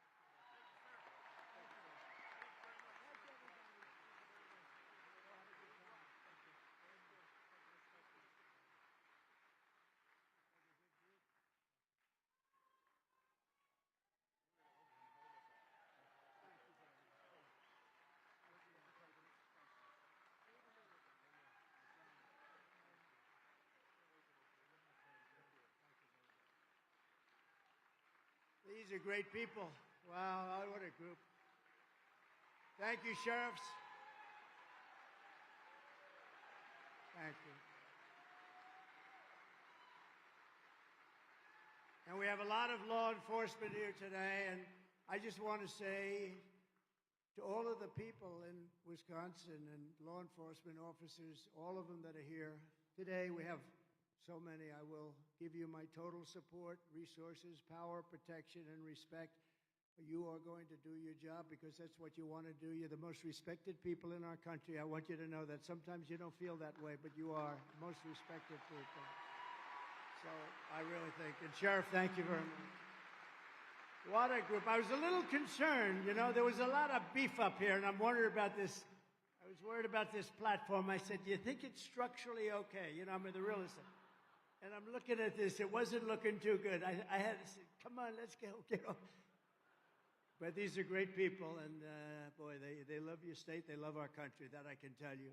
So thank you very much. It's a great endorsement. Thank you very much. So the sheriffs will be happy to know that we're going to end sanctuary cities. We will never defund our police, and we will make Wisconsin safe again. They're going to actually do that. They're going to make Wisconsin very safe, and they've kept it safe anyway. They only know how to keep it safe. That's all they want to do. I want to thank you. They're great. Kamala Harris is the worst vice president in the history of our country, a radical left Marxist who was rated far worse than anybody else in the Senate. And here are the facts. She wants to very simply, and they always go back to their original. You know, with the politics, if you go back to me, you'll see I don't think I've changed at all. They comment like 30 years ago when I wasn't in politics. I've only been doing this actually for like a short while. A senator came up to me, sir, I've been doing this for 30 years. I know what I'm doing. I said, yeah, I've been doing it for about 8. And we became president. He's the man that wanted to run for president, but it never worked out. And if you knew him like I did, it will never work out. But Kamala Harris wants open borders. She will deliver even more catastrophic inflation. She was an original creator, Sheriff, of a defund the police movement. What do you think? Is she reformable? Sheriff, is she reformable? She was in charge of defund the police. Do you think she's fully reformed? I don't think so. I don't think so. And anybody who wants to defund the police for even a week or for even a day is not worthy of being president of the United States. Kamala Harris vowed to abolish ICE. These are great people. These are great patriots. They're tough cookies, too. They would go into a pack of MS-13 gang members and the fist would fly. I don't know. Somebody has to do that job. I don't see anybody up here. I have a couple of friends. I don't see them doing that particular job. They're good at other things, but not that. But these are great people, and she wants to defund them. She wants to get rid of them. She wants to take ICE out. These are the people that remove the worst criminals, the worst gang members, the worst drug dealers from out of our country. Get them the hell out of here. And she wants to get rid of them. She wants mass amnesty and citizenship for all illegals. And she says that we must not utter the words illegal alien or radical Islamic terrorist. She lost more than, to me, statistically, this is the worst. In less than 4 years, she lost more than 325,000 migrant children that are now dead in sex slavery, or just plain missing. As California Attorney General, she redefined child sex trafficking, assault with a deadly weapon, or rape of an unconscious person as totally nonviolent crimes. She praised the idea of a 70 to 80% tax rate. She thought that was very good. She pledged to abolish private health care. Some people want private health care. They have to pay for it, but they maybe don't want to wait in line for 6 months. And force everyone into socialist government-run health care, which is what you have to do. They wait online for months and months, and they take a routine or a minor illness, and they end up being terminally ill. And by the way, what we did for the military with that, you know, we gave choice, and we also did something that was very important. We got rid of 9,000 sadists and bad people from our Veterans Administration, and we got rid of them. They hated our soldiers. They hated our heroes. We got rid of them and replaced them with people that love our people. That's what we want, love our country and love our people. The other thing we did, which is very important, is choice, because our veterans were waiting in line. You know, we had a 92% approval rating with our vet. Now it's down into the 40s, and they're getting rid of a lot of the things we did for our vets. We had choice where if you had to wait more than a day for a doctor, a day and a half at the most, you go outside, you get a local doctor, we pay the bill, you get yourself fixed up. This never happened before with our vets, and it was unbelievable. And slowly but surely, they're going to dismantle that. They've already started dismantling that. It was one of the best things I was most proud of. And we're going to get it back very fast, you vets. We're going to get it back very fast. Now, people would be waiting in line for months. They'd say, you have to come back in 3.5 months, and whatever the condition. Can you imagine that where you're told you can't even see a doctor for 3.5, 4 months, longer than that? And you know, the VA has some great doctors, but the management of getting to see them was very peculiar. So we're going to take care of that. But we did something. They've been trying to get that for 58 years, and I got it done, totally done, and nothing worked better. And again, 92% approval rating. It was rarely in the 40s. So I was very proud of it, and we'll redo it again. We'll redo it fast. I know exactly what to do, and we're going to redo it. We're going to take care of our veterans, and I think everybody wants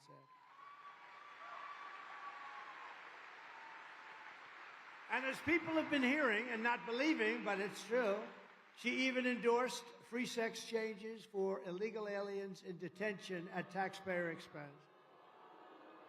So if you're an illegal alien and you're in detention and you decide that you would like to go from a man to a woman, we give you an operation. You know, not only is the concept bad, but it's an unbelievably expensive procedure, and we're supposed to pay for it. This is what she wants, and she wants to do it. And she hasn't declined that yet. You know, it's hard for them to decline everything. So normally if somebody changes one policy, they're out of business, right, Troy? She's changed 15 policies from fracking to everything to that. And nobody believes her. And if she ever won, as soon as that would happen, you're going to be a whole different country. You will see things. And I don't even believe she's calling the shots. There are some very bad and vicious people that surround her that call the shots. She's just a vehicle. Just like Biden was a vehicle. He has no idea what the hell he's doing. And you saw that. You saw that. Think of it. He has no idea. He couldn't answer any questions. And she can't do anything. She can't do anything. She doesn't want to talk because she is just a vehicle for very bad people that surround her. 2 days ago, Joe Biden shuffled into the White House press room and made the most powerful case against Kamala Harris because she's trying to disassociate herself from Crooked Joe Biden. What do you like better, Crooked Joe or Sleepy Joe? Depends. When he's sleeping on the beach, I like Sleepy Joe. When he's in the White House, I like Crooked Joe because he's the most crooked president we've ever had. But right now I think Sleepy because they took the presidency away from him. They had a coup. They staged a minor coup, if you haven't heard. But she is trying to disassociate. She doesn't even know who the hell he is anymore. She doesn't mention his name. She doesn't mention how bad inflation was, how bad the 325,000 children that we just mentioned. All of these things are so bad. How bad the economy is. How bad the border is. To me, again, the border. It's over the border. You know, I won in 2016 because of the border.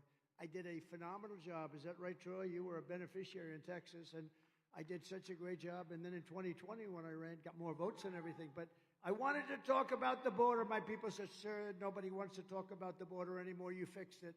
I said, that's why I want to talk about it. I couldn't talk about it. I said, I want to talk. People weren't interested in it. But that border in 2016 was nothing compared to what you have today.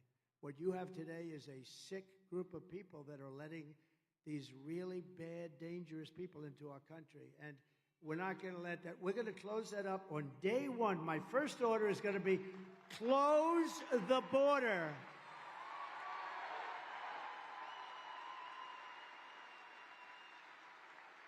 And they could do that too. They could do that too. You know, Biden could do that right now. He could get up and say, close the border, and they do it. Because the president has that power. He doesn't need bills. They keep talking about bills. The bill they're talking about was the stupidest bill I've ever seen. But they don't need bills. All the president has to do is say, close the border, and he has refused to do it. Biden said that he and Kamala were, quote, singing from the same song sheet She helped pass all the laws, every single one of them. She was a major player in everything we did. Now, he went up into the White House press secretary's lectern, and he said this stuff, and they were dying. They were saying, oh, my God, it's coming down. And because, you know what? He got tired of hearing that she had nothing to do with anything. And he knew it was a lie, so he couldn't take it any longer. And he went up and made a fool out of himself, but you'd expect that. But he said this was one hell of a this was the worst press conference. They're screaming at him. He didn't know what the hell was happening. But the reason he went up there was to make that statement that she knew everything. She could not disassociate herself. She approved everything. She was the vote in the Senate as the vice president for many of these bills.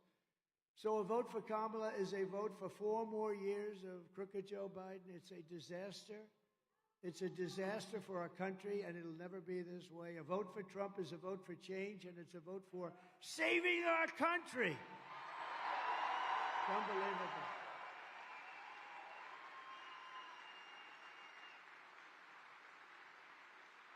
So if Kamala, just in sort of closing up, if Kamala enacts her agenda, she'll destroy America. Our agenda will make America safer and wealthier than ever before.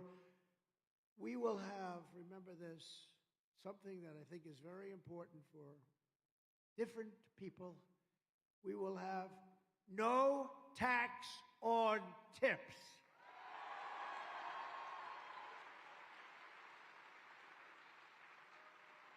Now, that doesn't help the sheriffs too much. That's not going to help you guys. They never got a tip, I guarantee you that. But that helps a lot of people. That has been but no tax on tips. Then she copied us, right? 2 months later, she said, I've got a major announcement. There will be no tax. But she never even said it again after that. No, but the difference is we get it done. You know, they talked about education, and they talked about the debt for students, student debt. And they failed on it. They failed on everything. The student debt, a lot of people didn't like it, but regardless, they said it. They kept saying it. They kept losing, and now it's a dead deal. It would be that way with these. No tax on tips. Ready?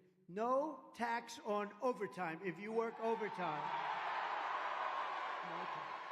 And you have a lot of overtime people here. You have a lot of people that work a lot of overtime. I used to hate to pay overtime, Troy.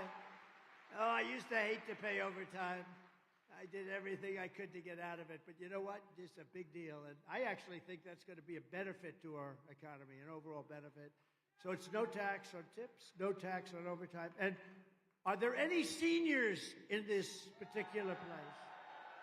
I refuse to raise my hand. Okay, I'll raise. No tax, and this is big because you've been destroyed with your fixed incomes, you've been destroyed by inflation. No tax on Social Security for our seniors. No tax for our seniors.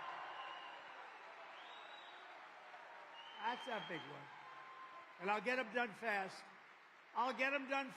We've got people already working on it. We'll get them all done fast. While working Americans catch up, we're going to put a temporary cap on the credit card interest rates. Look, right now, people are paying 24%. They're getting killed. We have people with electricity and their bills, they're behind. 26% of our country is behind on paying their electric bills.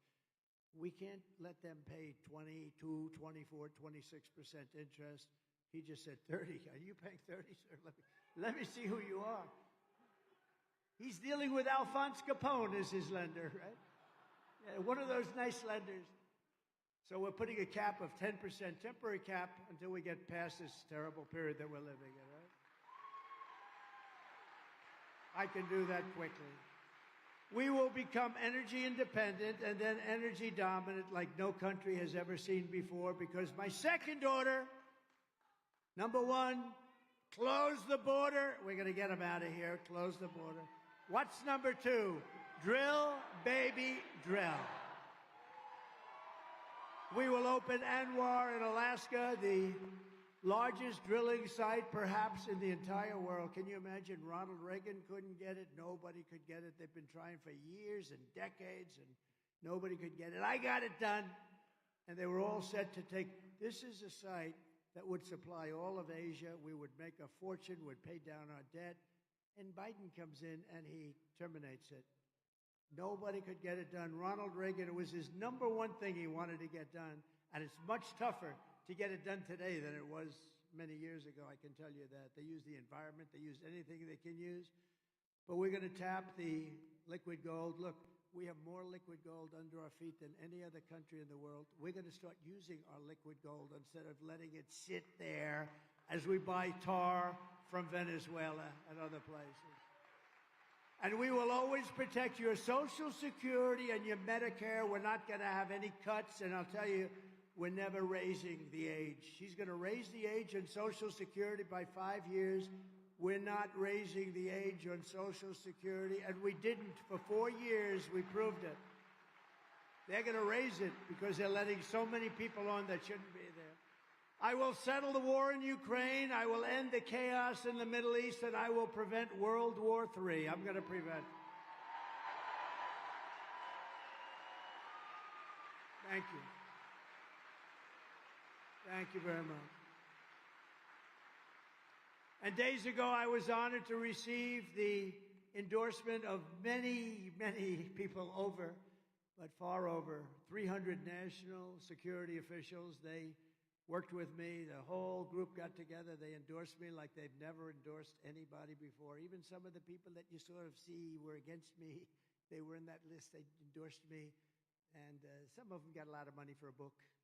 You know, they said, no, Trump is great. Trump is great. Well, we're going to pay you $2 million for a book. Well, he was okay. You know, you got to say bad. We're not giving you any money unless you say bad. That's what happens, but that's okay. But over 300, did you know that, Troy?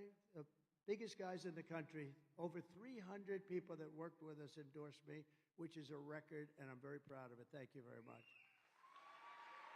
We call that peace through strength, and they believed in it too. Peace through strength. I will support universal school choice. Very important. We will let federal education dollars follow the child instead of a propping up of a woke federal bureaucracy. And I will defend, I can't even believe I have to say this, I will defend parental rights. Can you believe it? Who would believe you had to say that? Can you imagine 10 years ago having to say that? You'd be embarrassed to have to say it, but we will protect the parents. I won't investigate parents at schools and school boards. These school boards have dominated this administration. I've never seen anything like it. The parents are arrested. The FBI goes after them. We will protect parents. We will protect parental rights. It's very, very important. I'm going to be listening to the parents. I'm listening to the parents. We will rebuild our cities, including Washington, D.C., making them safe, clean, and beautiful again, and especially safe because of people like that. And we will keep the U.S. dollar as the world's reserve currency. It's under tremendous threat. Somebody said, well, how are you going to do that? You know, one of these stupid people that ask questions. I said, I'll tell you what I'm going to do. If a country wants to leave us and they want to not just consider us the world's currency, we have to be careful with it, too. We have to cherish it and take care of it. But it's very important. It'd be like losing a war. If somebody says from a country, we're going to pull out of the reserve currency, I will say the following. That's okay.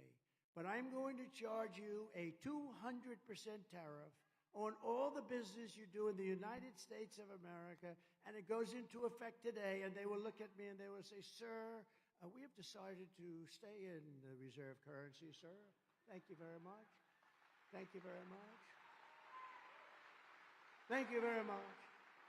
You know, Troy can tell you this. There are some people that say, we love Trump's policy, but we don't like Trump. And I say, no, because I actually think I'm a nice person. All I want to do is save our country. Okay, so.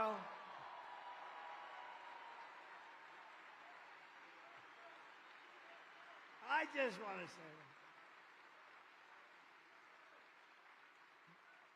that. And then a couple of our senators said, here's the problem. you like his policy, but his policy only works with him. Because like that, what I just told you, how many people would say to the head of a country that when Macron, nice guy, when Emmanuel from France, he said he's going to tax American companies at a very high rate, higher than other companies. And I said to Mnuchin and some people, don't let him do it. Go tell him you're not going to do it. And if he does it, it's going to have a problem. They went and they came back and they said, sir, we haven't been successful. I said, go do it again, and after that, I'll take it. And they did it again, and they were unsuccessful. They came to me. They said, no, he's going to tax American companies. Now, this is France. They're going to tax American companies at a very high rate. Very few others, but American companies. And I said, get him on the phone. I got him on the phone. Emmanuel, how are you? Oh, Donald, I am fine. Thank you so much. I said, Emmanuel, I understand that you're going to put a very big tax on American companies. Now, as your president, I have to protect American companies. I can't let that happen. And other companies and other countries aren't going to be taxed. Like hell, that's going to happen. So I said, I understand that's going to happen, Emmanuel. Yes, Donald, it is already passed by essentially their legislature. I said, no. I said, no, Emmanuel, you're not going to do that. Yes, Donald, it's too late. I'm so sorry, President, I am so sorry. I said, it's not too late. Not too late. Because if you do that, I'm going to put a 100% tariff on every bottle of wine and every bottle of champagne that you send into the United States of America. 100% tariff. And he said, that's not fair. That's not fair. I said, listen, it's not fair that you're taxing our companies at more than other countries' companies. So to me, it's very fair. He said, I told him, and I was very late. I think I was probably working on one of the hoaxes or something that was, keeps you busy.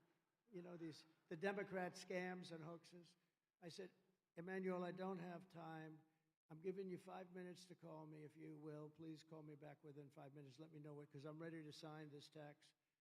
I will call back. He called back in about 2 minutes. He said, Donald, I have decided that we will not charge this tax on American companies. Thank you, Emmanuel, very much. See you soon. Bye. I did so much of that. I kept us out of wars. Remember, with Trump, you had no wars. Remember Crazy Hillary? She said, look at him, look at him. Look at his attitude. He's going to cause wars. And I said, no, my attitude is going to keep us out of wars. And I was right. Except I finished off ISIS, right? We finished off ISIS. 100% of the ISIS caliphate was going to take 5 years. I did it in 1 month. It was done. No wars. First time in 81 years. I started no wars. But this is how we will end the era of inflation and mayhem and misery under Kamala and Crooked Joe. He's crooked as a $4 bill.